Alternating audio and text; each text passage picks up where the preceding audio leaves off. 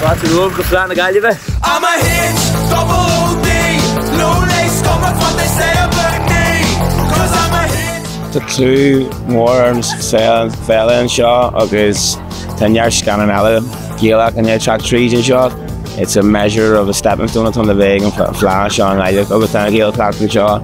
We should have top winch more. This is Scannán shot. This in Changi agus in Coulter so she him Neil Caharney's far on the Galway Fleadh at her show.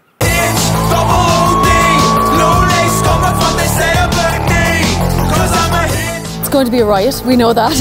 There's definitely room for everybody to enjoy this film and it's really unexpected. It's not what people think. You know, they think they're going to see a music concert or something like that. It's completely different.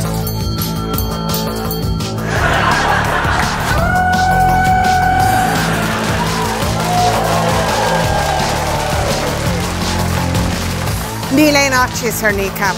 Tá sé dána, tá sé cróga, dear Kneecap amache, ceart in the tanga, cearta daoine óga, crack daoine óga, tá sé lána ceol, tá foiineh an agus tastín an foiineh, tá sé lán le foiineh.